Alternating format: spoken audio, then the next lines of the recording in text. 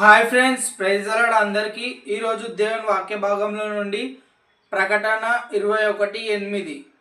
ఈరోజు ముఖ్యాంశం ఏంటంటే ఎవరెవరు నరకంకి వెళ్తారు, ఎవరు నరకంకి వెళ్తారు.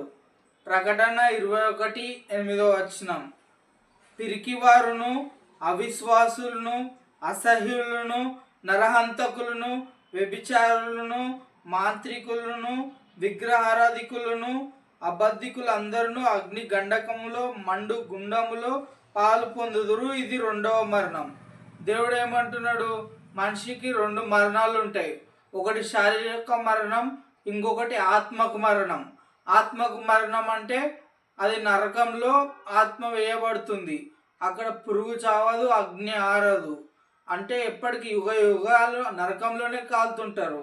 కాబట్టి ఎవరు నరకానికి వెళ్తారంటే పిరికివారును, అవిశ్వాసులను, అసహ్యులను, నరహంతకులను, వ్యభిచారులను, మాంత్రికులను, విగ్రహారాధికులను, అబద్ధికులందరూ అగ్ని గంధకములతో మండు గుండములో పాలు పొందుదురు.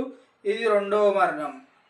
ఇక్కడ యోహాను పరవశుడై రాసిన పత్రిక ఇది, ప్రకటన. కాబట్టి ఎవరు నరకంకి వెళ్తారో మీకు డీటెయిల్స్గా చెప్పేశాను. ఇంకా ఇందులో మీకు ఏ విషయంలో మీకు లోపం ఉందో అది సరి చేసుకుంటే మీరు పరలోకంకి వెళ్ళవచ్చు.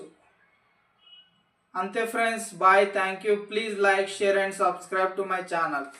ఆమెన్.